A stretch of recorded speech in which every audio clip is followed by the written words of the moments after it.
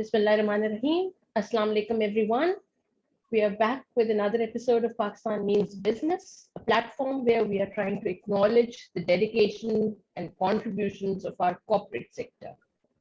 We've had 4 episodes before, and this time we have with us Mr. Raheel Javed. He is working in the capacity of a consultant for various companies and for various different projects. I would like him to introduce himself and his various ventures to us further. Yes, Mr. Raheel. Ji, Assalamu alaikum. How are you doing today, Saira? Shukr, alhamdulillah. Bilkul theek thaak.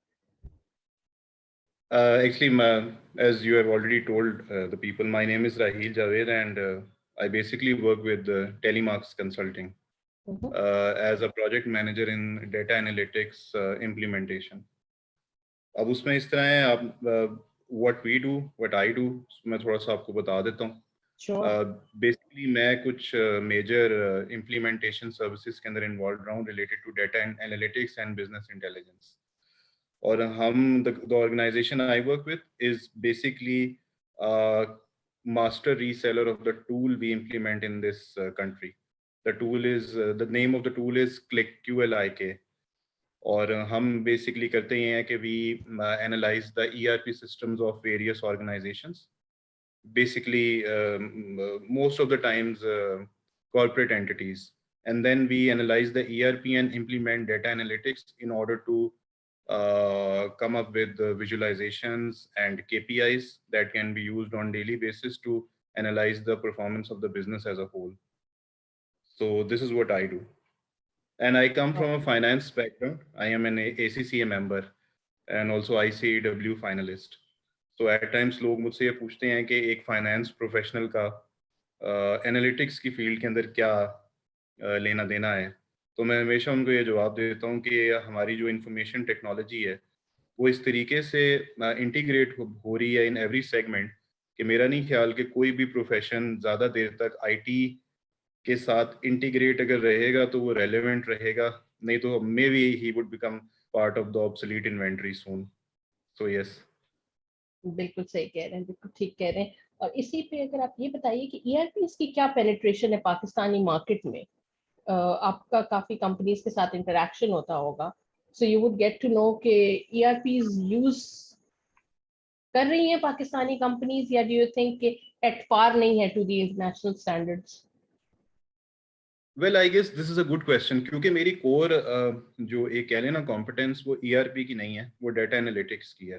लेकिन अगर आप ERP की भी बात करें तो yes, there are some entities जिनका कह लें कि प्रॉफिट और रेवेन्यू के लेवल्स एक एक बेंचमार्क से ऊपर हैं. They are definitely using ERPs, but उसके अंदर जो मेरा एक्सपीरियंस है, I have seen many loopholes as well. बहुत से लोग ईआरपीज को यूज तो करते हैं, but they are so customised in a way according to the requirement of the business that at times they don't end up meeting their goal. So yes, the organizations are using ERPs. SAP लोग use करते हैं, Oracle use करते हैं. मैं basically SAP को ज़्यादा एक तरह से recommend भी करता हूँ, क्योंकि उसके अंदर customization उस level की नहीं होती है जो level की customization लोग बाकी ERP systems के अंदर कर लेते हैं. But overall हम कहते तो हैं, we talk about data analytics and how we are contemplating on implementing data analytic tools in the market. But before we do that, we need efficient ERP systems to support those data analytics tools, which are somehow missing in our country. You are right. Or there is a cost factor that also comes into play. There are some organizations who have that financial muscle, but उसके बावजूद वो systems के अंदर इतना invest नहीं कर पाती, because वो इन द लॉन्ग रन नहीं देख रही होती कि इसका फायदा क्या है. They look at the short term goals and benefits. जिस तरह की दुनिया के अंदर अब हम सस्टेन करने की कोशिश कर रहे हैं as a country, I think we need to upgrade our systems to the level जहाँ पर ह्यूमन इंटरफेरेंस जो है वो हो ज़रूर, लेकिन उस हद तक हो जिस हद तक होनी चाहिए. और जो सिस्टम्स हैं उनको हमेशा आप समझें कि एड करना चाहिए, कॉम्प्लीमेंट करना चाहिए ह्यूमंस के डिसीजन मेकिंग को. तो इससे आपकी जो एक एफिशिएंसी अचीव होगी वो प्राइसलेस होगी. So yes, there is a gap and we are trying to fill that. देखें फ्यूचर के अंदर क्या होता है। कुछ गवर्नमेंट भी अपने एंड पे इनिशिएटिव्स ऐसे ले रही है जहाँ पे कंपनीज जो हैं वो ज़्यादा इंक्लाइंड होंगी। अब आपको ट्रांसपेरेंसी को इंश्योर करने के लिए कि आप कितने ट्रांसपेरेंट हैं, you need an efficient system in place. तो वो एक ह्यूमन बेस्ड या ह्यूमन रिलायंट सिस्टम के ऊपर तो आप वो एफिशिएंसी और वो ट्रांसपेरेंट होना इंश्योर भी नहीं कर सकते अब। तो yes, we are going in the right direction, let's see how things unfold in the future. ठीक है। अच्छा, for the benefit of the audience, अगर हम ईआरपी को पहले एक्सप्लेन करें, एंटरप्राइज रिसोर्स प्लानिंग सॉफ्टवेयर तो है ही, मगर ईआरपी क्या सिर्फ सैप, ओरेकल यही ईआरपीज हैं, या अगर पाकिस्तान के यूटिलिटी स्टोर्स ने अपना कोई एक इन्वेंट्री मैनेजमेंट का मॉड्यूल बनाया हुआ है, या लेट्स से कोई होटल चेन है, उन्होंने अपना एक होटल मैनेजमेंट सॉफ्टवेयर बनाया हुआ है, उससे वो अपनी डिफरेंट ब्रांचेस की एक्टिविटी को देख सकते हैं, क्या ये भी ईआरपी कहलाएगा, या ईआरपी की डेफिनेशन में कुछ स्टैंडर्ड सर्टिफाइड सॉफ्टवेयर ही फॉल करेंगे? वेल देखें, वंस अगेन मैं कहूँगा कि ईआरपी जो है दैट इज बेसिकली क्या, जिसको आप सिंपल टर्म में कहते हैं कि इंटरप्राइज रिसोर्स प्लानिंग। आपका जो कह लें कि अगर मैं इसको बहुत क्रूड टर्म्स के अंदर डिफाइन करूं, जो एक हर इंसान को समझ आ जाए, आप जब भी एक ऑर्गेनाइजेशन को रन करते हैं तो आप डेटा को प्रोड्यूस करते हैं, आपकी ट्रांजैक्शंस होती हैं, सब कुछ होता है। उन ट्रांजैक्शंस को स्ट्रीमलाइन करने के लिए, उनको रिपोर्टिंग फॉर्म में लाने के लिए, ताकि आपके सामने आपकी फाइनेंशियल स्टेटमेंट्स हों, आपके सामने आपकी एचआर से रिलेटेड एक अटेंडेंस का मॉड्यूल हो। आप इसको तो ईआरपी कह सकते हैं, लेकिन मैं इससे थोड़ा सा आगे जाऊंगा क्योंकि मैं डेटा एनालिटिक्स को देख रहा होता हूँ। अब डेटा एनालिटिक्स क्या है कि ईआरपी सिस्टम से निकला हुआ डाटा वो एट टाइम्स बड़ा रॉ होता है, वो बड़ा क्रूड होता है। डेटा एनालिटिक्स क्या करता है कि वो यूजर को केपीआईज बना कर दे देता है, की परफॉर्मेंस इंडिकेटर्स के। फॉर एग्जांपल मेरा रेवेन्यू है वो इस मंथ कितना है if compared with the last month, और ये सब डायनामिक चल रहा होता है। मतलब कि ये इस तरह होता है कि ये स्टैटिक नहीं होता। अगर मैं आपसे एक बात करता हूँ कि जी सायरा आप आज बताएं कि आपकी ऑर्गेनाइजेशन की परफॉर्मेंस के क्या इंडिकेटर्स हैं, तो मेरे ख्याल में आपको अपने ईआरपी सिस्टम से 10 से 15 रिपोर्ट्स निकालनी पड़ेंगी, उनको प्रिंट करना पड़ेगा, फिर एक प्रेजेंटेशन बनानी पड़ेगी जो कि इन इटसेल्फ स्टैटिक होगी, और आप मुझे आकर प्रेजेंट करेंगी। और मेरा कोई भी ऐसा क्वेश्चन जो आपके उन निकली हुई रिपोर्ट्स के अराउंड से रेलेवेंट नहीं होगा, उसके लिए आपको मेरे से टाइम मांगना होगा कि जी मैं आपको कल इसका एक आंसर दे दूंगी। बट डेटा एनालिटिक्स के अंदर ऐसे नहीं होता। डेटा एनालिटिक्स के अंदर जो इन्फॉर्मेशन है वो लाइव आपके सामने प्रोसेस हो रही होती है एक डैशबोर्ड के ऊपर, जहां पर आप अपनी मर्जी से सिलेक्शंस करके अपनी पसंद का डाटा जो है उस टाइम पर देख सकते हैं। एक और काम भी करता है। अब आप ईआरपी की बात कर रही हैं ना, हम सब ईआरपीस तो लगा लेते हैं, वी बहुत सी ऑर्गेनाइजेशंस हैं, रिटेल स्टोर्स हैं, टेक्सटाइल ग्रुप्स हैं, उसके अलावा आपके हॉस्पिटल्स हैं, स्कूल्स हैं, सब ईआरपी लगा लेते हैं। बट उन ईआरपीस के अंदर क्या लूप होल्स हैं, कहाँ पे वो ईआरपी लैग करता है, कहाँ पे डाटा उस तरह फ्लो कर रहा है जिस तरह नहीं करना चाहिए, ये इन सब का सोल्यूशन जो है वो एक अच्छा डेटा एनालिटिक्स का टूल होता है। फॉर एग्जांपल कि अगर मैं एक डेटा एंट्री ही नहीं हो रही है ईआरपी सिस्टम के अंदर, तो इसका मतलब ये है कि अगर मैं उसका कोई केपीआई बना लेता हूं तो वो केपीआई हमेशा ब्लैंक रहेगा कि जी number of absents in a month, for example मैं रिकॉर्ड ही नहीं करता है कि ईआरपी सिस्टम के अंदर, और मुझे एक बिजनेस प्रोफेशनल कह देता है कि जी मुझे number of absents in a month चाहिए in the form of KPI, तो वो तो हमेशा ब्लैंक होगा। When he will ask me this question I will tell him that sir your ERP needs to be worked on. आप अपने ERP system को align करें, क्योंकि जो डेटा एनालिटिक्स है वो बेसिकली रिफ्लेक्शन है आपके ईआरपी सिस्टम की। तो मैं ये जरूर कहूंगा कि ये दोनों चीजें जो हैं ये पैरेलल चलती हैं आजकल के दौर के अंदर। आजकल के दौर के अंदर आप कंप्लीटली अपने ईआरपी के ऊपर उस तरह रिलाय नहीं कर सकते, क्योंकि वो इंफॉर्मेशन के अंदर जो हिडन इनसाइट्स हैं, जो ट्रेंड्स हैं, वो कभी भी आप एक रिपोर्ट मेयर रिपोर्ट से देख ही नहीं सकते, जो कि आप एक विजुअलाइजेशन की फॉर्म के अंदर देख सकते हैं। ठीक है।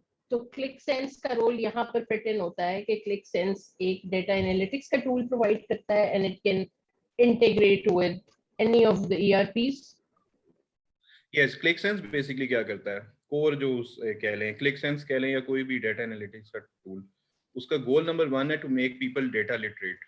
To make people data brilliant in a way कि आपको अपना कमर्शियल नहीं, आपको अपना पर्सनल लेवल का भी जो डेटा है ना उसको भी मैनेज करना आना चाहिए, ठीक है। उसके अलावा क्या करता है कि डेटा एनालिटिक्स जो है ना, अब दो एक बहुत मार्क डिफरेंस है between ERP and data analytics. ERP क्या होता है? ईआरपी को अगर हम इस तरह देखें कि ईआरपी है ना, that is an installation with a little bit of integration and then you start punching in the data, या आप पुराना डाटा इंपोर्ट करके इसमें लेकर आते हैं और डाटा फ्लो करता है। डाटा एनालिटिक्स इस तरह नहीं है। Data analytics is a complete change of culture. किस तरह के एक सीएफओ हैं या एक सीईओ हैं, वो पिछले 20 ईयर से एक सर्टन पैटर्न में अपनी रिपोर्टिंग को देख रहे हैं। आप उनको वन गुड डे आकर कहते हैं कि सर आप अपनी इन रिपोर्ट्स को थोड़ी देर के लिए साइड पे कर दें, हम आपको इन रिपोर्ट्स की जगह डैशबोर्ड बना के देंगे जिसके अंदर विजुअलाइजेशंस होंगी, जिनको देखकर आप अपनी उन्हीं केपीआईज की परफॉर्मेंस केपीआईज को देखेंगे जो आप पहले रिपोर्ट की फॉर्म में देखा करते थे। कहने को तो ये बड़ी एक इनकरेजिंग बात है, बड़ी जी इनोवेटिव बात है, लेकिन इसको इम्प्लीमेंट करना इतना आसान होता नहीं है।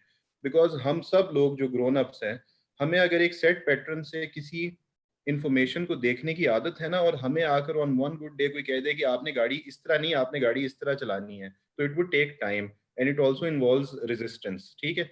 अब होता क्या है कि अगर मैं बात करता हूँ एक डाटा एनालिटिक्स के टूल की, और मैं एक बड़ा बेहतरीन सा डैशबोर्ड बना देता हूँ और उसमें कुछ जगह के ऊपर डाटा ठीक नहीं आ रहा, तो रादर देन कि डाटा एनालिटिक्स टूल के फ्लॉ को देखा जाए, वो बेसिकली एट टाइम्स ईआरपी के अंदर ऐसे लूप होल्स होते हैं जो कि आपके डैशबोर्ड या एनालिटिक्स टूल के थ्रू आपके सामने आ जाते हैं। अब that requires a lot of courage कि आप इस चीज को उस पॉइंट इन टाइम पे एक्सेप्ट करें कि यस, जो ऑपरेटिंग सिस्टम है मेरा, उसके अंदर लूप होल्स हैं, मैं उनको ठीक करूंगा। अब उसको ठीक करने के अंदर आपको बहुत सी ऐसे स्टेप्स लेने पड़ते हैं that require a lot of courage. तो आप कह सकते हैं कि जो आपका बेसिकली क्लिक सेंस है वो इस तरह की एक्टिविटी आपके साथ जरूर करता है। उसके अलावा क्या होता है, आप रिपोर्ट्स बनाते हैं, आपका कितना टाइम कंज्यूम होता है, आपकी कितनी एनर्जीज कंज्यूम होती हैं, और आपका जो हेफ्टी डाटा है उसको कंपाइल करते हुए ही आपको इतना ज़्यादा टाइम लग जाता है एट टाइम्स कि आप अपना जो प्रेशियस टाइम है वो कहीं और एलोकेट नहीं कर सकते। तो क्लिक सेंस कह लें, टैबलो कह लें, पावर बीआई कह लें, ये मेन एनालिटिक्स के टूल हैं। ये करते ये हैं कि आपको इंफॉर्मेशन को ऐसे कन्वर्ज करके दे देते हैं एक सिंपल स्क्रीन के ऊपर कि आप उनको देखकर फर्दर अपनी जो डिसीजन मेकिंग है ना उसकी डायरेक्शन बहुत अच्छे तरीके से सेट कर सकते हैं इन अ वे। ठीक है, तो it would not be wrong to say कि ये बेसिकली स्ट्रेटेजिक डिसीजन मेकिंग के टूल्स हैं। Very true, you have a very valid, आपने बहुत वैलिड बात की है कि yes, this is basically for the strategic कह लें मैनेजमेंट। बट मैं पर्सनली इस चीज़ को समझता हूँ कि हमें अपने मुल्क के अंदर एनालिटिक्स को या एनालिटिक्स के टूल को सिर्फ कन्फाइन स्ट्रेटेजिक मैनेजमेंट तक नहीं करना चाहिए, हमें इसको मैसेज तक पहुंचाना चाहिए। मतलब मैं ऐसे समझता हूँ कि आपको शायद याद होगा, हमने नस्ट के अंदर कुछ सेमिनार्स भी किए थे, सेशंस भी बिल्कुल किए थे डाटा एनालिटिक्स के ऊपर। जी। एक कंपनी, प्राइवेट सेक्टर की कंपनी अकेली ये सारे काम नहीं कर सकती जब तक उसको गवर्नमेंट लेवल के ऊपर उस तरह की सपोर्ट ना हो। क्या होना चाहिए, अगर हम नस्ट को देखें, हम लम्स को देखें, हम और एक दो इस तरह की यूनिवर्सिटीज को देखें, तो इनके करिकुलम के अंदर और इनके कोर्सेज के अंदर डाटा एनालिटिक्स को इंटीग्रेट किया हुआ है। मतलब ये तो वो बात होगी ना कि आप ऐसी यूनिवर्सिटीज जो जरा थोड़ी सी यानी प्रिविलेज्ड हैं, या जहाँ पे लोग जरा एक और सेगमेंट ऑफ सोसाइटी से आते हैं, वो लोग तो अपने आप को इस तरह इक्विप कर लेते हैं। लेकिन अगर गवर्नमेंट सेक्टर की यूनिवर्सिटीज के अंदर भी करिकुलम में ये चीज़ें इंट्रोड्यूस करवाए, डेटा एनालिटिक्स के कोर्सेज इंट्रोड्यूस करवाए, उससे फिर आप मैसेज तक एक ऐसी कह लें स्किल सेट को पहुंचा रहे हैं जो कि बड़ी यूनिक है, और जिसकी जैसे ही दुनिया आगे जा रही है उसकी डिमांड बढ़ती जा रही है। और मेरे ख्याल में तो मैं एक दफ़ा बैठा हुआ था and I was very surprised कि मैं एक इंडियन चैनल देख रहा था, तो उसमें शाहरुख खान ने एक छोटी बच्ची को इनकरेज कर रहा था कि आप अपनी एप्लीकेशन के ऊपर why don't you make your own dashboard और समथिंग, ठीक है। तो हम लोग तो ऑर्गेनाइजेशन लेवल के ऊपर कन्विंस करते करते थक जाते हैं कि इसकी सिग्निफिकेंस क्या है, और हमारी जो नेबरिंग कंट्री है वो मुख्तलिफ एप्लीकेशंस के थ्रू अपने बच्चों को अपने पर्सनल डेटा की मैनेजमेंट के लिए डैशबोर्ड बनाने को कह रही है। तो कहने का मेरा मकसद ये, आप उसको फॉलो कर रही हैं कि हमें इसको स्ट्रेटेजिक लेवल तक सिर्फ महदूद नहीं करना चाहिए, हमें इसको मैसेज तक पहुंचाना चाहिए इस स्किल सेट को, ताकि हमारे पास ऐसे बिजनेस लीडर्स हों जो ना सिर्फ बिजनेस एनालिसिस के अंदर अच्छे हों, बट उनकी आईटी स्किल्स जो हों वो भी बड़ी इम्प्रूव्ड और इन्हेंस्ड हो, और हम एज अ टेक सेवी कह लें वर्क फोर्स दुनिया के सामने आए। और अगर आप इसको बात कहें कि जो आप कहते हैं कि गवर्नमेंट को क्या करना चाहिए, तो गवर्नमेंट को एलोकेशन करनी चाहिए फंड्स की भी इस सेक्टर के अंदर, ताकि फ्री सेमिनार्स और ट्रेनिंग सेशंस जो हैं वो ऑर्गेनाइज किए जाएं, और लोग इस चीज़ को समझें कि जितनी भी बड़ी ऑर्गेनाइजेशंस हैं, आपका ट्विटर है, आपका फेसबुक है, आपका लिंक्डइन है, इन सब के पास सिर्फ करीम है, उबर है, इन सब के पास जो सबसे प्रेशियस कह ले चीज है वो क्या है, वो डेटा है डेटा इनका, बेसिक। हाँ बिल्कुल, उसी डेटा को वो मैनिपुलेट डेटा कर है, वो करके। करीम के पास क्या है, करीम के पास डेटा है, हर राइडर का डेटा है, हर मतलब कैप्टन का डेटा है। वो करीम को ये भी पता है कि अस्करी 11 लाहौर के अंदर सुबह 5 से 6 बजे तक कौन कौन से लोग जाते हैं, कहाँ कहाँ वो उतरते हैं। और हम्म, इतने मैसिव डाटा को जब वो अच्छे तरीके से ऑर्गेनाइज करता है करीम, तो उसको फाइनेंस उसको उसको लेवरेज मिलती है।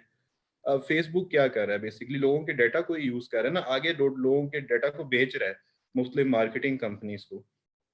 तो अगर हम चाहते हैं कि फ्यूचर के अंदर हमारे पास कोई टेक एंटरप्रेन्योर्स हों, जब तक हम एक स्किल को और उसकी सिग्निफिकेंस को लोगों तक पहुंचाएंगे नहीं इन द फर्स्ट प्लेस, तो लोग कैसे डिफरेंटली सोचना शुरू करेंगे।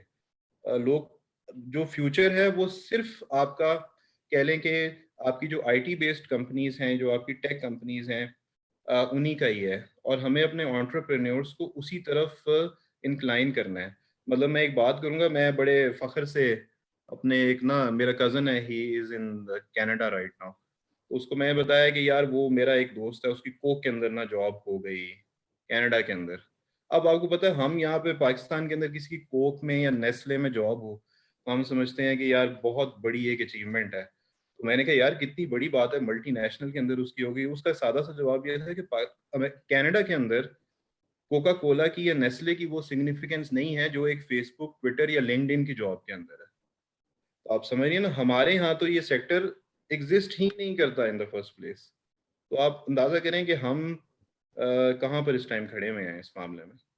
बिल्कुल ठीक है। ये तो बिल्कुल एक माइंडसेट चेंज करने की बात हम कर रहे हैं ना, कि जो कन्वेंशनल इंडस्ट्रीज हैं उनकी भी अपनी इम्पोर्टेंस है, मगर आईटी को उनको भी अडॉप्ट करना पड़ेगा। वही आपकी वाली बात कि हर इंडस्ट्री को आईटी को अडॉप्ट करना पड़ेगा। आईटी इन इटसेल्फ तो कुछ नहीं है ना, जब तक वो किसी ना किसी इंडस्ट्री को सर्विस ना प्रोवाइड कर रही हो। और जैसे हम डेटा एनालिटिक्स के टूल्स की बात कर रहे हैं, अब वो टूल्स इन इटसेल्फ तो वैल्यूएबल नहीं है जब तक वो टेक्सटाइल इंडस्ट्री में जाके नहीं यूटिलाइज हो रहे, या स्पोर्ट्स वेयर डेवलपमेंट की कोई इंडस्ट्री है, लेट्स से इंटरलूप है, या कोई और कंपनी है। उसकी केपीआईज डिफाइन करने का मतलब है कि आपको उस इंडस्ट्री का इन एंड आउट पता होना चाहिए। आपको पता होना चाहिए कि उस इंडस्ट्री के लिए बेंचमार्क्स क्या हैं। कोई स्टैंडर्ड 5 से 10 KPIs are not applicable across the board.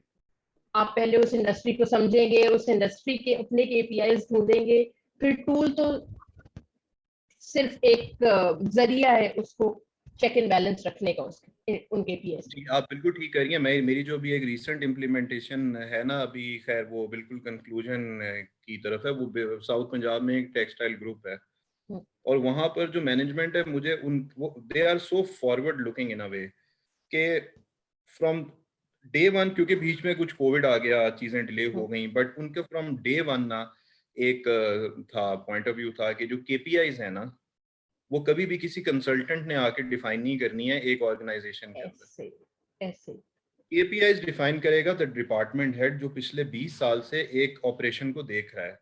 हमने वहां पर इंपोर्ट का डैशबोर्ड बनाया, अकाउंट्स का डैशबोर्ड बनाया, प्रोक्योरमेंट का डैशबोर्ड बनाया, ह्यूमन रिसोर्स मैनेजमेंट का बनाया, उसके अलावा एक्सपोर्ट का बनाया, सेल्स का बनाया जिसमें स्पिनिंग वीविंग दोनों थे। तो मैं कहना ही चाह रहा हूँ कि वहां पर इतने एफिशिएंट तरीके से वहाँ के जो थे डिपार्टमेंट हेड्स थे या वहाँ के एम्प्लॉयज थे, स्लोली एंड ग्रेजुअली उन्होंने अपनी केपीआईज खुद बनाई और हमने सिर्फ उनको रिकमेंड किया। और अगर मैं इसको इस तरह देखूं, ये एक कॉन्सेप्ट था, वही जो मैं आपको कह रहा था, कल्चर डेवलप करने का। फेज 1 के अंदर अंडरस्टैंडिंग बनी, फेज 2 के अंदर मजीद इंप्रूवमेंट आई, और फेज 3 के अंदर बिल्कुल एक इस कॉन्सेप्ट से लोग बहुत अच्छे तरीके से अवेयर हो गए कि डेटा एनालिटिक्स क्या है, डेटा ब्रिलियंट होना किसको कहते हैं, हमारी केपीआईज क्या क्या हो सकती हैं जिनको रोज सुबह आकर अगर हम देखें तो हम अपने बिजनेस या हम अपने डिपार्टमेंट की परफॉर्मेंस को बहुत अच्छे तरीके से एनालाइज कर सकते हैं। कौन सी ऐसी केपीआईज हैं जो हमें ये बताएंगी कि सिचुएशन जो है वो थोड़ी सी अलार्मिंग है। यही अगर केपीआईज मैं डिफाइन करके एन आउटसाइडर दे जाता या उनको वो केपीआईज पकड़ा जाता, तो कहने को टूल्स तो इम्प्लीमेंट हो जाता, बट वो क्या इतने फ्यूचर के अंदर इम्प्लीमेंट, इतने फ्यूचर में उतना बेनिफिशियल होता है नहीं, that would have been a big question mark there. तो यू आर ऐसी राइट बात। इन अ वे। हाँ, बिल्कुल सही बात। अच्छा, दूसरी ये कि जब ये सारा डेटा इकट्ठा हो जाता है तो फिर यही डेटा की इम्पोर्टेंस अगर पहले समझ आएगी तो फिर भी पाकिस्तानी इंडस्ट्रीज जो मॉडर्न टेक्नोलॉजीज हैं, जैसे हम आर्टिफिशियल इंटेलिजेंस की बात करते हैं, अब artificial intelligence is backed up by a lot of data. Data ही जब नहीं होगा तो फिर आर्टिफिशियल इंटेलिजेंस की तरफ जाना मुश्किल होगा हमारी कंपनीज के लिए। You are absolutely right, because देखिए ना, अब उसमें अगर मैं कहूँ खौफ किस बात का है, खौफ इस बात का है कि मेरा डाटा शायद ठीक नहीं है। अगर वो ठीक नहीं है तो मुझे उसको ट्रांसफॉर्म करने की ज़रूरत नहीं है फिलहाल। देखें, डेटा ठीक है या नहीं है, जब तक आपको कहते हैं ना मिरर के अंदर वो सामने नजर नहीं आएगा, आप उसको ठीक किस तरह करेंगे इन द फर्स्ट प्लेस। तो आपका डेटा ठीक है नहीं ठीक है, जब तक आप उसको कहते हैं ना फिल्टर से गुजारेंगे नहीं और आप उसको क्लेंस नहीं करेंगे इन अ वे, आप कैसे ये समझ सकते हैं कि आपका डाटा जो है वो कहाँ पर खड़ा हुआ है। अब मैं आपको एक उसमें एक पॉइंट ऑफ व्यू मेरा एक और है कि हम लोग ग्रेजुएट्स, फ्रेश ग्रेजुएट्स भी हायर करते हैं। मेरे साथ मेरी टीम है 10 से 15 लोगों की जो काम करती है, from coming from different universities. अब एक और चीज़ ना हमारी कंट्री के अंदर ना अभी मिसिंग है, मैं इसमें लम्स को भी इंक्लूड करूंगा और नस्ट को भी इंक्लूड करूंगा, मुझे वहां पर भी ये चीज़, ये वाला फैक्टर जो है ना वो लैकिंग नजर आया है। कि अगर एक आईटी ग्रेजुएट है ना तो वो कहेगा I have got nothing to do with the business analytics, और अगर एक बिजनेस ग्रेजुएट है ना तो वो कहेगा I have got nothing to do with the IT side. This is not the right direction to follow. I know many friends who are ACCAs and CAs who are working in the international market, जो कि accountants हैं, chartered accountants हैं, वो coding सीख रहे हैं, वो different IT की ये सी प्लस प्लस और पाइथन वगैरह की लैंग्वेजेस सीख रहे हैं, क्योंकि ये वक्त की ज़रूरत है। वो कहते हैं ना, now is the time to wake up and smell the coffee. कि आप ये नहीं एक्सपेक्ट कर सकते कि अगर एक आईटी का बंदा है तो वो कभी भी बिजनेस साइड के ऊपर चीज़ों को ना समझे। जब तक आप इस गैप को फिल नहीं करेंगे ना, आप कभी भी एक ऐसे प्रोफेशनल्स नहीं बना सकते जो कि किसी के ऊपर रिलाई ना करें क्वालिटी सर्विसेज को डिलीवर करने से पहले। बिल्कुल ठीक बात। और इसकी एग्जांपल हमें जो अब कंपनीज आ रही हैं, जैसे इलेक्ट्रिक व्हीकल्स की अगर बात की जाए या टेस्ला की बात हम करते हैं, तो टेस्ला में अपने मैकेनिकल इंजीनियर्स, इलेक्ट्रिकल इंजीनियर्स की अपनी एक वैल्यू है, बट अगेन उन्होंने साथ में आईटी की जो भी लेटेस्ट एडवांसमेंट्स हैं उनको एम्ब्रेस किया, उनको समझा कि अच्छा ड्राइवरलेस कार्स भी हो सकती हैं, अच्छा वो खुद आगे देख भी सकती हैं कि भी एक्सीडेंट होने वाला है या नहीं होने वाला। तो ये सब एक कॉम्बिनेशन है। उनके इलेक्ट्रिकल इंजीनियर्स ने आईटी को रिजेक्ट नहीं किया, आईटी ने इलेक्ट्रिकल इंजीनियर्स की या मैकेनिकल इंजीनियर्स की इंपॉर्टेंस को रिजेक्ट नहीं किया। एक विन विन कॉम्बिनेशन जो है वो एक प्रॉपर टीम वर्क से बना, तो फिर जाकर इलेक्ट्रिक व्हीकल्स कामयाब हुई, दुनिया में उनका एक एक्सपेरिमेंट हुआ।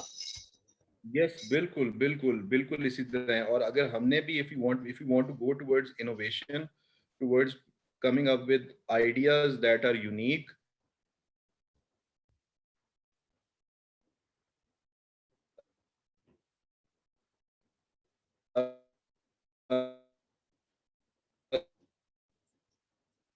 we need someone, तो ये बहुत ज़रूरी है। और मैंने तो ये, अगर आप मेरे से पूछे ना, तो मैंने तो ये अक्रॉस द बोर्ड पूरे पाकिस्तान के अंदर ये इशू देखा है। मैंने कभी मैंने इवन के लम्स के ग्रेजुएट, आईटी ग्रेजुएट को भी इतना ज़्यादा इस चीज़ के ऊपर इंटरेस्टेड या एक्साइटेड नहीं देखा कि मैं बिजनेस एनालिटिक्स को भी समझूं और सीखूं, to be very honest with you. तो अगर नस्ट में, लम्स में और इस तरह की यूनिवर्सिटीज के अंदर अगर अभी ये कल्चर नहीं डेवलप हुआ, तो I think we are lagging far behind. हमें थोड़ा सा इसके ऊपर ना काम करने की जरूरत है इन अ वे। और अगर मैं बड़ी एक सीधी बात करूं इसके अंदर के, जो हमारी गवर्नमेंट है उसको भी इस चीज के अंदर ना रोल प्ले करने की जरूरत है। किस तरह कि उनको ये बताने की जरूरत है कि आईटी की इम्प्लीमेंटेशन की सिग्निफिकेंस क्या है। फॉर एग्जांपल, अब ये ई वोटिंग की बात कर रहे हैं, ई वोटिंग सिस्टम की।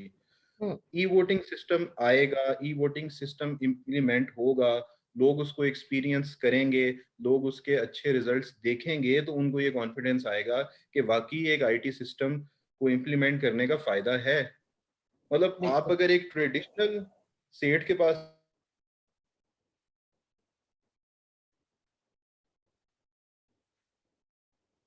जाए ना, और कैसे आप अपना ना आईटी सिस्टम जो है वो आपके एनालिटिक्स सिस्टम को इतना नहीं पता जितना मेरे दिमाग को पता है। मतलब ये एक कल्चर है जिसको चेंज करने की जरूरत है।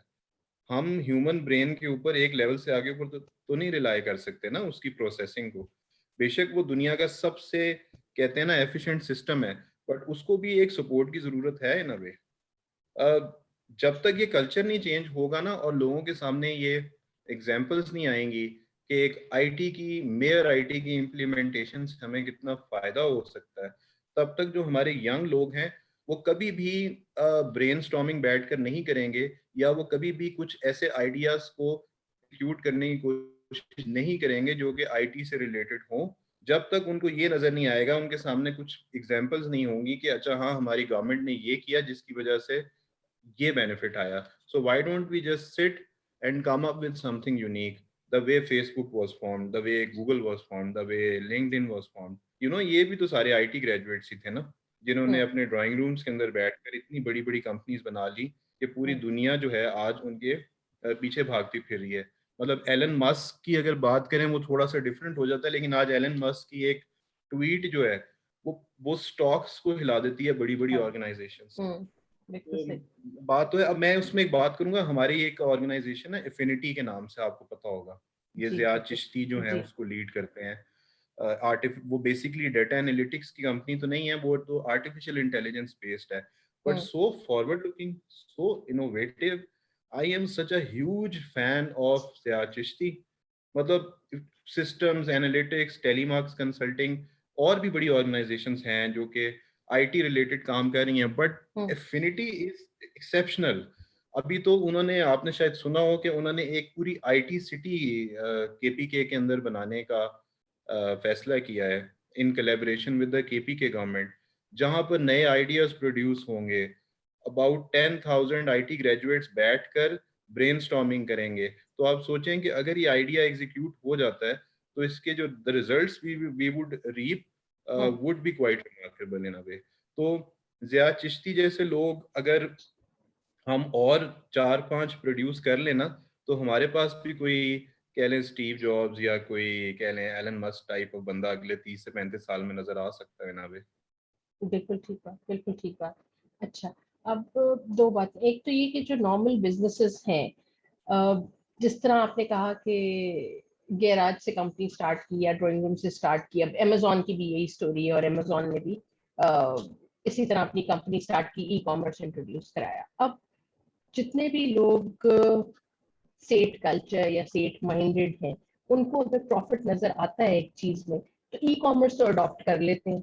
अब कोविड आया और हमारे डिफरेंट इलेक्ट्रॉनिक शॉप भी आपको होम डिलीवरी ऑफर कर रहे हैं। तो जब उनको ये फाइनेंशियल मॉडल समझ में आ जाता है कि हम्म। टेक्नोलॉजी से उनको क्या फायदा होने वाला है, सेल्स बिल्कुल ड्रॉप हो गई है, द ओनली वे इज कि आप अपनी वेबसाइट पे इलेक्ट्रॉनिक ऑर्डर्स लेना शुरू करते हैं, तो फिर तो वो उस पर जंप कर जाएंगे। तो उनके लिए तो यही बात है कि आपने उसको ट्रांसलेट करना है फाइनेंशियल गेन में। अगर आप ट्रांसलेट कर सकते हैं तो वो उसको अडॉप्ट कर लें।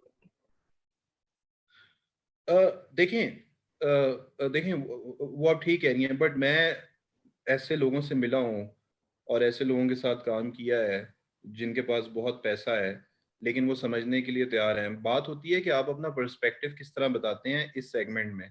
देखें, टाइम जो होता है ना, वक्त, टाइम, टाइम इज मनी, ये किसी वजह से कहा जाता है। अगर आप किसी को ये कन्विंस कर लेते हैं ना कि फॉर एग्जांपल मैं एनालिटिक्स टूल की बात करूं कि इसको यूज करने से सर आपका जो है ना रोज के 4 घंटे बच जाएंगे, जो कि आप नए वेंचर्स के बारे में सोचेंगे, एलोकेट वो टाइम कर सकते हैं नए वेंचर्स के बारे में सोचने के लिए, नई इन्वेस्टमेंट लाने के लिए। तो मेरे ख्याल में कोई भी इंसान हो इस दुनिया के अंदर जो रैशनल है, जो लॉजिकल है, और उसको पता लगे कि मेरे दिन के 3 घंटे जो हैं वो एक सर्टन इन्वेस्टमेंट के बाद बच रहे हैं, तो मेरे ख्याल में वो इतना वाइज जरूर होगा कि वो उसको अडेप्ट करे। 100% बिल्कुल। और एक और पॉइंट जिस पे शायद हमें एम्फसाइज करना चाहिए कि केपीआईज तो उनको पता है, फॉर द लास्ट 20 इयर्स जो एक बंदा एक बिजनेस कर रहा है उसको वो केपीआईज पता है, मगर डेटा एनालिटिक्स के थ्रू उन केपीआईज का कोई आपस में ऐसा कोई कॉजल रिलेशनशिप हो सकता है जो उनको शायद अभी तक उनके सामने ना आया हो, मगर डेटा के ट्रेंड्स के थ्रू उनको नई इंसाइट्स पता चल सकती हैं कि जब ये दो केपीआईज हाई होते हैं तो इनका असर तीसरे पर कैसे होता है। वो प्रॉब्ली यस, वो यस। रिलेशनशिप उनको ना पता हो जो एनालिटिक्स टूल उनकी मदद कर सकता है वो अंडरस्टैंड करने में फर्क। जी बिल्कुल, बिकॉज देखें, whenever I am doing my business I have got some KPIs in my mind that I need to achieve, and I need to make sure कि वो KPIs, that those KPIs are in on track. But once again ये वही बात आती है कि जब तक आप किसी को डेमोन्स्ट्रेट करके नहीं दिखाते और उसके पास ये एग्जाम्पल्स नहीं होती हैं, सक्सेस स्टोरीज नहीं होती हैं अपनी कंट्री के अंदर, अपने सेक्टर के अंदर, अपनी इंडस्ट्री के अंदर, तब तक कोई भी, no one would be ready to take the plunge. Textile industry के अंदर there are some examples now, मतलब आपकी ये एकेडमिक्स में, एजुकेशन इंडस्ट्री में भी ऐसी एग्जांपल्स हैं। तो first you have to set a precedent and then you should go forward and convince people. मतलब I cannot convince someone to invest 15 million rupees to come up with an analytics tool when I'm not able to explain to that person the benefits of that analytics system in the first place, when I'm not able to share the success stories carried by that analytics tool in the same industry he is operating in. तो बात तो यही है ना, you need to set examples, you need to set precedents first. और इसलिए मैं आपको कह रहा हूँ कि मैंने शुरू में ये बात की कि आपका गवर्नमेंट की जो एक अगर इंक्लाइंड हो ना towards making Pakistan data brilliant और IT सेवी, मेरे ख्याल में उससे अच्छी एग्जाम्पल कोई भी नहीं हो सकती है। ना वे मैं फिर कहूँगा ई वोटिंग सिस्टम जो है, अगर वो if it is a success ना, तो इससे आपको बहुत ज़्यादा फायदा होगा इन द लॉन्ग रन। लोगों की सोच जो है वो तब्दील होगी। एक तो हमारे जो एक सिस्टम है इलेक्शन कमीशन का, उसके ऊपर एक कॉन्फिडेंस आएगा जिस पे हर वक्त लड़ाई झगड़े होते रहते हैं। और दूसरी चीज ये कि IT सिस्टम्स की के ऊपर रिलायंस और उन सिस्टम्स की यूटिलिटी, मेरे ख्याल में it is the role of the government. Private sector कर सकता है, बहुत कुछ कर सकता है, लेकिन अब नादरा है, नादरा इतना इनोवेटिव इदारा है, आप लोगों का इस्लामाबाद बेस्ड इदारा है कि आज IT, कोविड-19 तो अभी आया है, लेकिन कोविड-19 से 2 साल पहले मैंने अपने ड्राइंग रूम के अंदर बैठकर अपना ID कार्ड जो है वो रिन्यू करवाया और मेरा ID कार्ड जो है मुझे पोस्ट हुआ। क्या मतलब उसकी, कह लें कि आज के दौर में उसकी सिग्निफिकेंस तो बढ़ गई जी, अब कोविड आया नहीं आया, बट इसको आप कहते हैं कि this is how you develop systems, जहां पर आप कोविड हो ना हो, कोई पेंडेमिक हो ना हो, आपको low ease of doing business, ease of doing, कहते हैं ना डेली लाइफ थिंग्स। तो मैं एग्जांपल नादरा की इसलिए दे रहा हूँ क्योंकि नादरा ने ये करके दिखाया है हमें अभी। मेरा नहीं ख्याल कि कोई और गवर्नमेंट सेक्टर का ऐसी ऑर्गेनाइजेशन है जो इस एक्सटेंट के ऊपर इनोवेटिव है कि टू बी ऑनेस्ट मैंने अपने थंब इम्प्रेशन भी लगाकर उनको मैंने स्कैन कर कर अपलोड किया नादरा की वेबसाइट के ऊपर, and then I took my picture and then within I guess 8 days the ID card got delivered. तो अगर इस पैटर्न के ऊपर हम अपनी बाकी भी गवर्नमेंट की सर्विसेज है उनको अलाइन कर लेना, तो we would be like all set to create an impact globally. ठीक ठीक।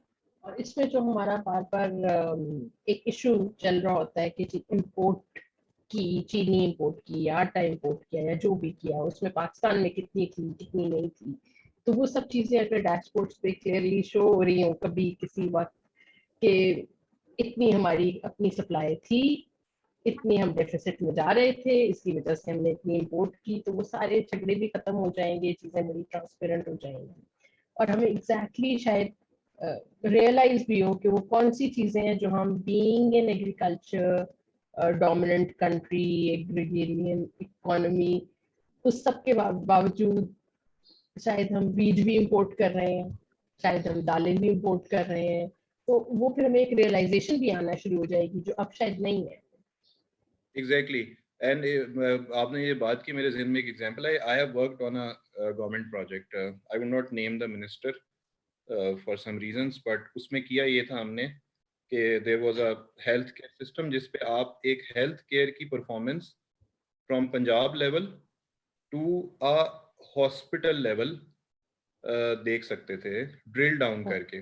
जितने भी एनालिटिक्स टूल होते हैं ना, इनकी एक बड़ी पावरफुल एक ना एरिया होता है ड्रिल डाउन का, कि मैं कुछ केपीआईज डिफाइन करता हूँ एक ऑर्गेनाइजेशन के लेवल के ऊपर या एक कंट्री के लेवल के ऊपर, और फिर उन्हीं केपीआईज को मैं ड्रिल डाउन करता आता हूँ from the country to the province to the city to a certain department and to a certain organisation and then to a certain department of an organisation. For example, मैं एक इस तरह का system बना लेता हूँ कि हमारे हेल्थ केयर के अंदर इतने नंबर ऑफ पीपल जो थे ना वो एब्सेंट थे इन अ डे, तो अब मुझे पूरे पाकिस्तान के भी नंबर ऑफ एब्सेंट डे लोगों का पता लगेगा, पंजाब के भी पता लगेगा, पंजाब से मैं आऊँगा लाहौर का भी पता लगेगा, लाहौर से मैं आऊँगा हमारा सर्विसेज हॉस्पिटल है उसका भी पता लगेगा, सर्विसेज हॉस्पिटल से मजीद ड्रिल डाउन करूंगा इमरजेंसी डिपार्टमेंट का भी पता लगेगा। तो कहाँ मैं खड़ा हुआ था पाकिस्तान में और कहाँ मैं आया सर्विसेज हॉस्पिटल के इमरजेंसी डिपार्टमेंट में। This is the power of data analytics जो कि हमें यूटिलाइज करनी चाहिए। अब ये तो मैंने एक केपीआई आपको बताई है ना, हम ऑर्गेनाइजेशंस के अंदर क्या करते हैं, हम एक ऑर्गेनाइजेशन लेवल के ऊपर केपीआई होती है जो बिल्कुल एक प्रोडक्शन यूनिट के डिपार्टमेंट तक जाकर वही केपीआई जो है ना वो एप्लीकेबल होती है। ठीक है, आप मुझे बताएं कि अगर मैं ट्रेडिशनल सिस्टम्स के साथ चलूं तो मैं आज आपको कहूं कि सायरा पूरे पाकिस्तान के हेल्थ केयर के अंदर कितने लोग आज प्रेजेंट थे, आप कहेंगी इतने प्रेजेंट थे। मैं वो नहीं, अब आप मुझे एक बात बताएं, मुझे सर्विसेज हॉस्पिटल जो लाहौर के अंदर है ना उसके भी जरा ना इमरजेंसी डिपार्टमेंट में बताएं कितने लोग प्रेजेंट थे, तो आप मुझे क्या जवाब देंगे आगे से कि I would need some time to come up with this findings, but with data analytics within 1 minute भी ज्यादा है, 30 सेकेंड्स आप उस सर्टेन नंबर तक पहुंच जाएंगे जो कि आपका रिक्वायर्ड नंबर है। तो दिस इज द चेंज जो कि हमें समझने की जरूरत है ना।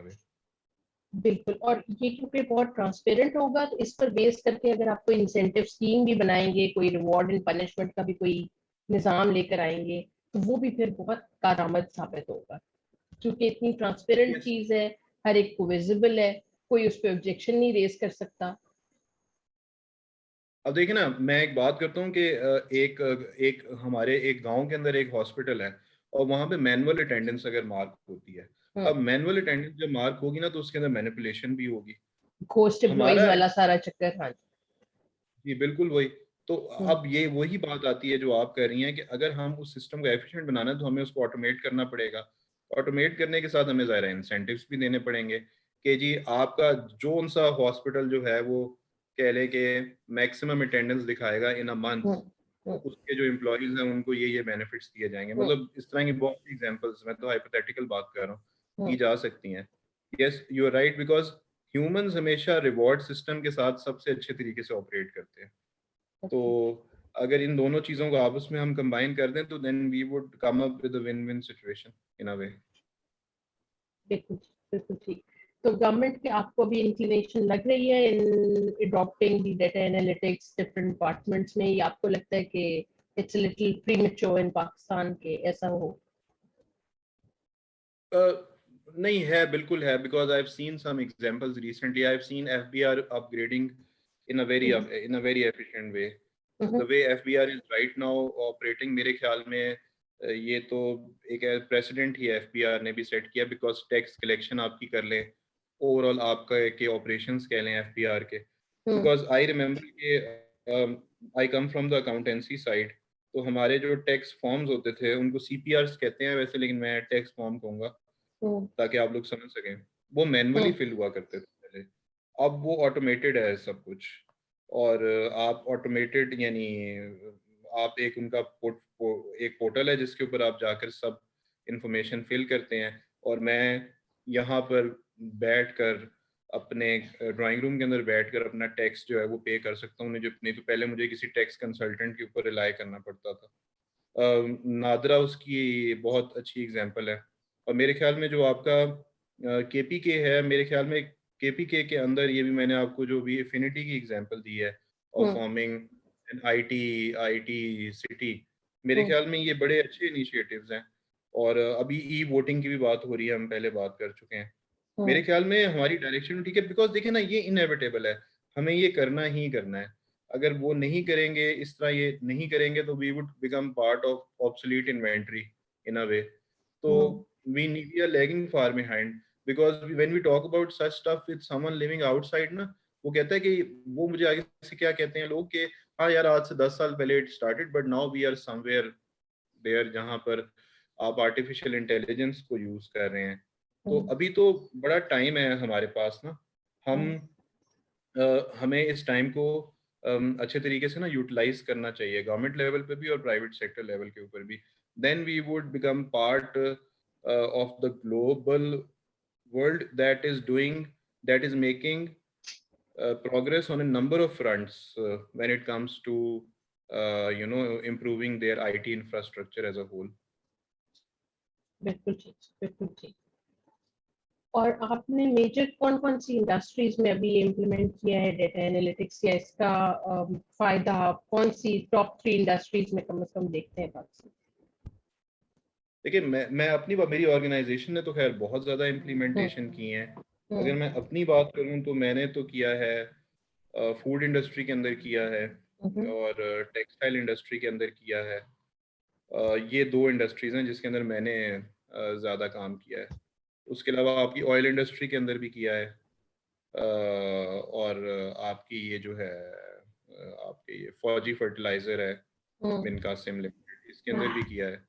तो अगर मैं बात करूं ओवरऑल तो yes, food industry and textile industry, ये 2 इंडस्ट्रीज हैं जिसके अंदर मैंने काम किया है. But if I talk about my organisation, तो उन्होंने तो बेशुमार हर सेक्टर के अंदर की हैं, इम्प्लीमेंटेशन सर्विसेज दी हैं. तो मेरी जो फूड 2 मेन इंडस्ट्री इंडस्ट्री, में फूड इंडस्ट्री में अगर आप हमें बताना चाहें कि रेवेन्यू के अलावा उनको क्या वैल्यू एडिशन हुई इस डेटा एनालिटिक्स से, उनका किस किस्म का फीडबैक रिसीव होता है आपको? फूड इंडस्ट्री के अंदर देखें, मेजर केपीआईज तो आपकी सेम ही होती हैं, लेकिन फूड इंडस्ट्री के अंदर बेसिकली जो होता है ना, आपका कह लें कि आपकी जो प्रोडक्ट्स होती हैं वो बड़ी जल्दी ख़राब भी हो जाती हैं. तो हमने कुछ इस तरह के केपीआईज ज़रूर डिफाइन किए थे वहाँ पे, उनके सिस्टम को जहन में रखकर, जहाँ पर उनको अर्ली इंडिकेशन मिल जाती है कि ये इनकी जो इन्वेंट्री है ये इतनी देर से पड़ी हुई है और अब इसका एक्सपायर होने का टाइम आ गया, तो या तो इसको यूटिलाइज किया जाए, मार्केट के अंदर लाया जाए, या इसको थोड़ी सी प्राइस कम करके मार्केट के अंदर बेच दिया जाए. क्योंकि पहले होता ये था कि स्टोर्स के अंदर और मुख्तलिफ उनके वेयर हाउसेस के अंदर जो फूड होता था, फ्रूट्स होते थे खास तौर पे, वो अक्सर ना एक्सपायर भी हो जाया करते थे. अब उनकी स्ट्रेटेजिक मैनेजमेंट को इस तरह की केपीआईज के थ्रू ना इंडिकेशन मिल जाती है that now is the time to take the action. तो बाकी केपीआईज तो सेम है, लेकिन अगर ये सेगमेंट करें कि एक्सपायर्ड एंड डैमेज्ड गुड्स जो है उनको हमने कह लें कि काफ़ी हद तक ना रिकवर करवाया थ्रू डेटा एनालिटिक्स. ठीक है. और उनकी जो एक सप्लाई चेन होती है, जो पूरा लॉजिस्टिक्स का निज़ाम होता है, उसमें भी आप लोग कुछ इंडिकेटर्स दे सकते हैं उनको? हाँ जी, बिल्कुल दे सकते हैं, लेकिन जो सप्लाई चेन होती है बेसिकली उसके अंदर ऑर्गेनाइजेशन जो होती हैं उन्होंने पहले से ही काफ़ी ज़्यादा ना काम भी किया होता है ना वे, बट उसके भी हमने ज़ाहिर है केपीआईज बनाए हैं. लेकिन अगर मैं टेक्सटाइल की भी बात करूँ ना ओवरऑल, तो टेक्सटाइल के अंदर भी हमने कोशिश की है कि हम वैल्यू एडिशन करें, क्योंकि टेक्सटाइल के अंदर डाटा जो है ना वो बहुत ज़्यादा होता है, मैसिव डाटा होता है, और उस डाटा से जब आप उसको एक डैशबोर्ड के ऊपर कन्वर्ज करते हैं ना, तो आपके अपने ईआरपी सिस्टम के अंदर भी ना आपको बहुत से ऐसे एरियाज नजर आते हैं that require improvement in a way. तो yes it is a start, but मैं फिर वही बात कहूँगा एक बड़ी इंपॉर्टेंट, कि being project managers of analytics हम इम्प्लीमेंट तो कर देते हैं, बट उसको एग्जीक्यूट करना, उस एनालिटिक्स के कल्चर को आगे प्रमोट करना, this is the job of the organization in a way. जितना उनको इनकरेज किया जाएगा अपने एम्प्लॉयज को कि अब रिपोर्टिंग की जो एक फॉर्म है वो एनालिटिक्स का टूल है, उतना जो है ना डेटा एनालिटिक्स जो है वो इवॉल्व करता है इन एन ऑर्गेनाइजेशन, और आपका जो कल्चर है वो प्रमोट होता जाता है from static reporting to dynamic reporting in a way. ठीक है, तो आपको ये भी कहीं लूप होल लगता है कि after investing so much money into the tool implementation, उसके बाद वो उसको यूज नहीं करते, मे बी छोड़ देते हैं, उसको यूज नहीं करते? जी बिल्कुल होता है, वो वहाँ होता है जहाँ पर आपकी जो रिलायंस है ना वो ईआरपी सिस्टम के ऊपर टोटली नहीं होती। हम्म। बहुत से ऐसे डिपार्टमेंट्स होते हैं जिनकी रिपोर्टिंग है आउटसाइड द ईआरपी सिस्टम भी चल रही होती है, और वो डेटा को ईआरपी के अंदर एंटर करते वक्त, तो जब एक ईआरपी का टूल, सॉरी एक एनालिटिक्स का टूल इम्प्लीमेंट हो जाता है ना, तो उसके बाद फिर वो तो आपको वो बताएगा जो ईआरपी के अंदर डाटा फॉल कर रहे हैं, गिर रहे हम्म। हैं। ऐसी रिपोर्टिंग जो मैं आउटसाइड ईआरपी कर रहा हूँ, वो उसको तो रिफ्लेक्ट नहीं करेगा। तो बहुत से ऐसे डिपार्टमेंट्स होते हैं जो कि रिलाई करते हैं डाटा के जो ईआरपी के अंदर एंटर नहीं होता, और जब वो हम्म। एनालिटिक्स को देखते हैं वो कहते हैं ये हमारे किसी काम का नहीं है, तो we are not going to use it. इसका तरीका यही होता है कि स्लोली एंड ग्रेजुअली आपकी जो स्ट्रेटेजिक मैनेजमेंट है ना, वो इनकरेज करे अपने लोगों को कि वो ईआरपी को ही एज अ सोल सिस्टम समझें for all the data processing. तो अगर आपके ना जो मेन रीजन है वो मेरे ख्याल में किसी भी एनालिटिक्स के टूल की फेल होने की यही है कि जो डाटा आपके सामने आ रहा है, आप हम्म। चाहते ही नहीं है उस डाटा को यूज करना इन द फर्स्ट प्लेस, तो आप जितना भी एफिशिएंट डैशबोर्ड बना लें, it is going to be of no use in a way. बिल्कुल ठीक, बिल्कुल ठीक है। अच्छा, अब एकेडमिक सेक्टर की जैसे आपने बात की, तो इस पर आपका क्या टेक है कि जिस तरह एमबीए मार्केटिंग है या एमबीए फाइनेंस है, अब यूडेसिटी या डिफरेंट जो ऑनलाइन प्लेटफॉर्म्स हैं, वो तो डेटा एनालिटिक्स में भी नैनो डिग्रीज और इस तरह की चीजें ऑफर कर रहे हैं। एमबीए डेटा एनालिटिक्स आपको लगता है कि होना चाहिए पाकिस्तान में, एक complete 2 year programme on data analytics? Well, MBA data analytics से ज़्यादा जो आपकी एमबीए मार्केटिंग है, या एमबीए की मुख्तलिफ फॉर्म्स हैं, वहाँ पर अगर आप लोगों को रिपोर्टिंग के स्टाइल को थ्रू डाटा एनालिटिक्स टूल सिखाएं, तो मेरे ख्याल में वो ज़्यादा एफिशिएंट है, क्योंकि मैं एक मैनेजर हूँ और मैंने रिपोर्टिंग करनी है, और रिपोर्टिंग करने के लिए अगर डाटा एनालिटिक्स को मैं यूज़ करता हूँ तो मुझे सबसे पहले तो उसको यूज़ करना आना चाहिए। तो मैं पर्सनली ये समझता हूँ कि डाटा एनालिटिक्स के MBA is going to be useful if all the business cases and all the you know work they are doing during their studies is being complemented by data analytics in a way. ठीक है, ठीक है, तो आप कह रहे हैं कि तो लर्न बाय आपका डूइंग वाली बात। आपका वैसे इस पे क्या पॉइंट ऑफ व्यू है? आपको लगता है कि एनालिटिक्स में किस तरह एमबीए कैसे उसको, यानी क्योंकि आपने खुद भी you are also MBA from NUST, जी तो बिल्कुल, मेरा ये आपको ख्याल है क्या कि लगता है कि डेफिनेटली कोई 6 क्रेडिट आवर कोर्सेज तो डेफिनेटली होने चाहिए, अगर फुल 2 इयर्स डिग्री भी नहीं तो कोई 6 क्रेडिट आवर्स इसको जरूर डेडिकेट होने चाहिए, जिसमें पहले तो उस टूल की जो थियरी है, कि टूल तो कोई भी हो सकता है, क्लिक सेंस भी चूज कर सकते हैं, जैसे आपने कहा पावर बीआई या टेबलो कुछ भी, तो आई गेस 2 क्रेडिट आवर्स कुछ टूल की लैब सेशंस करके भी हो सकता है, मगर बेसिकली उस टूल के पीछे जो थ्योरी है, उसका लॉजिक है, यूज क्यों करना है, इसकी वैल्यू है क्या, तो वो चीज जरूर एक एमबीए में एक मिसिंग एलिमेंट मुझे लगता है, क्योंकि वहीं पे आप एक बिजनेस माइंडसेट क्रिएट कर रहे हैं, आप एंटरप्रेन्योरशिप पे भी इतना जोर है, आप एंटरप्रेन्योर्स डेवलप कर रहे हैं, और उनको अगर डेटा की वैल्यू नहीं समझ में आ रही है, तो वहां पर एक गैप जरूर है। अगर उनको डेटा की वैल्यू समझा दें उस वक्त, और 6 क्रेडिट आवर्स जरूर मेरे ख्याल में एलोकेट होने चाहिए। अच्छा, और इसमें ना एक और भी एलिमेंट होना चाहिए कि आपको ना केपीआईज बनाने की भी ट्रेनिंग होनी चाहिए, हम्म।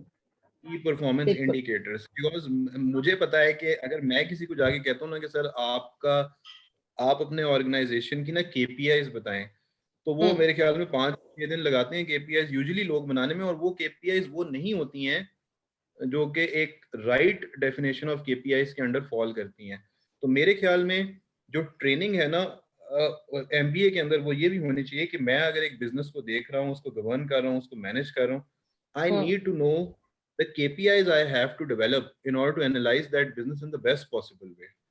If I develop those KPIs that are not going to, come up with the desired results or give me the hmm. right insight, मैं फिर, मेरा नहीं ख्याल कि मैं अपने बिजनेस को उस तरह कभी भी एनालाइज करके मजीद इम्प्रूव कर सकता हूँ. तो with data analytics there should be the people in the MBA side should be encouraged and trained to develop the right form of KPIs suitable for the businesses they are going to manage in the future. बिल्कुल ठीक, बिल्कुल ठीक है। और इसी तरह जो हर field की कुछ स्टैंडर्ड केपीआईज जो across the world internationally use हो रही हैं, उनको भी प्रॉब्ली हमें भी बिजनेसेस को इनकरेज करना चाहिए। आई एम श्योर जो कन्वेंशनल सेट कल्चर वाले बिजनेसेस हैं, वो इंटरनेशनल केपीआईज शायद ना यूज करते हो, उनको पता ना हो उनके बारे में। मगर हर इंडस्ट्री की अपनी इंटरनेशनली डिफाइंड केपीआईज हैं, तो उनको भी बिजनेसेस में लाना, उनको इंट्रोड्यूस करना, वो भी शायद बेनिफिशियल हो सकता है। यस, बिल्कुल बिल्कुल, और वही आपकी बात है कि ये सब केपीआईज जो हैं, आप टेक्सटाइल की केपीआईज एक मैक्रो लेवल के ऊपर ना डिफाइन तो कर सकते हैं, लेकिन वो कस्टमाइज होती हैं विद एवरी कल्चर. हम्म।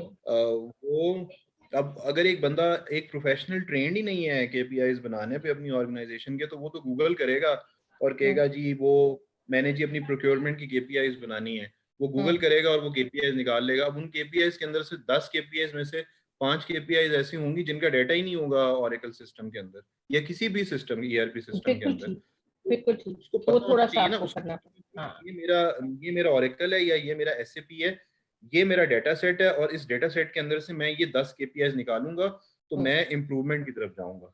मतलब ये होना बहुत जरूरी है इन. ये बिल्कुल ठीक, बिल्कुल ठीक है। चलिए, thank you for your time. अब एंड में जाते जाते अगर आप हमें कुछ बुक रिकमेंडेशंस बताना चाहें।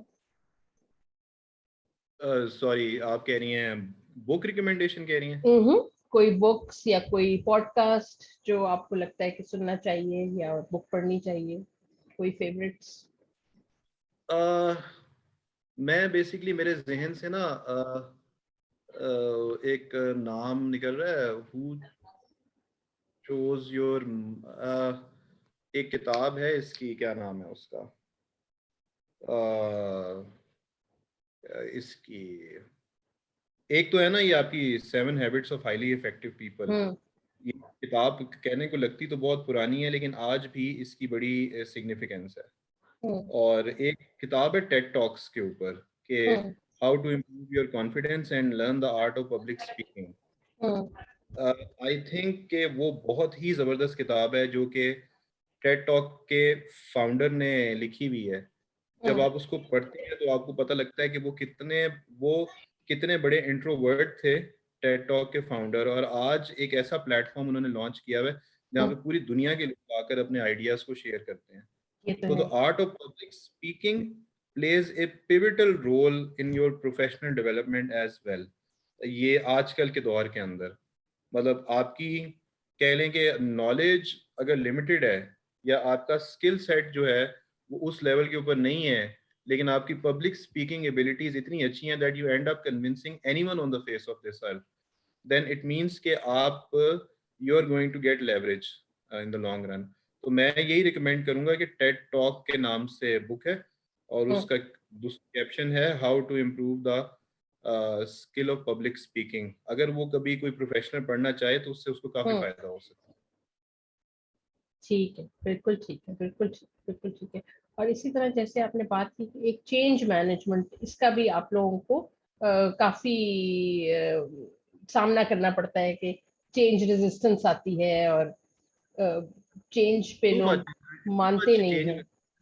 at times, but there are some progressive people who understand that we need to change.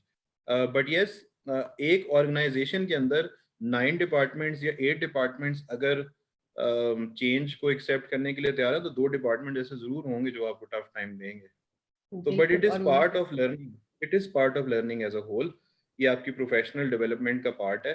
आपको कभी भी इससे घबराना नहीं चाहिए, and you should come up with new techniques to convince those people to innovate themselves in a way. आपको बिल्कुल भागना ठीक, नहीं कभी कभी। बिल्कुल ठीक है। तो चेंज मैनेजमेंट के हवाले से मुझे एक बुक याद आ रही है, हु मूव्ड माय चीज। ये कोई एग्जैक्टली 150 200 पेजेस की बिल्कुल छोटी सी बुक है, मेरे ख्याल में आप बिल्कुल भी शायद उसी को रेफर करना चाह रहे थे। वो हेम एंड बिल्कुल हॉ बिल्कुल और दो चूहों की स्टोरी, और बहुत ही अच्छी मैं बिल्कुल मेरे जहन छोटी से सी ना वो बुक है। नाम निकल रहा था, हाँ आपने जी, बोला हु माय चीज। जी such a बिल्कुल, such an amazing book, 200-page बहुत book, अच्छी, and it बहुत helps छोटी you सी, क्विक रीड, a lot. मजे की बुक।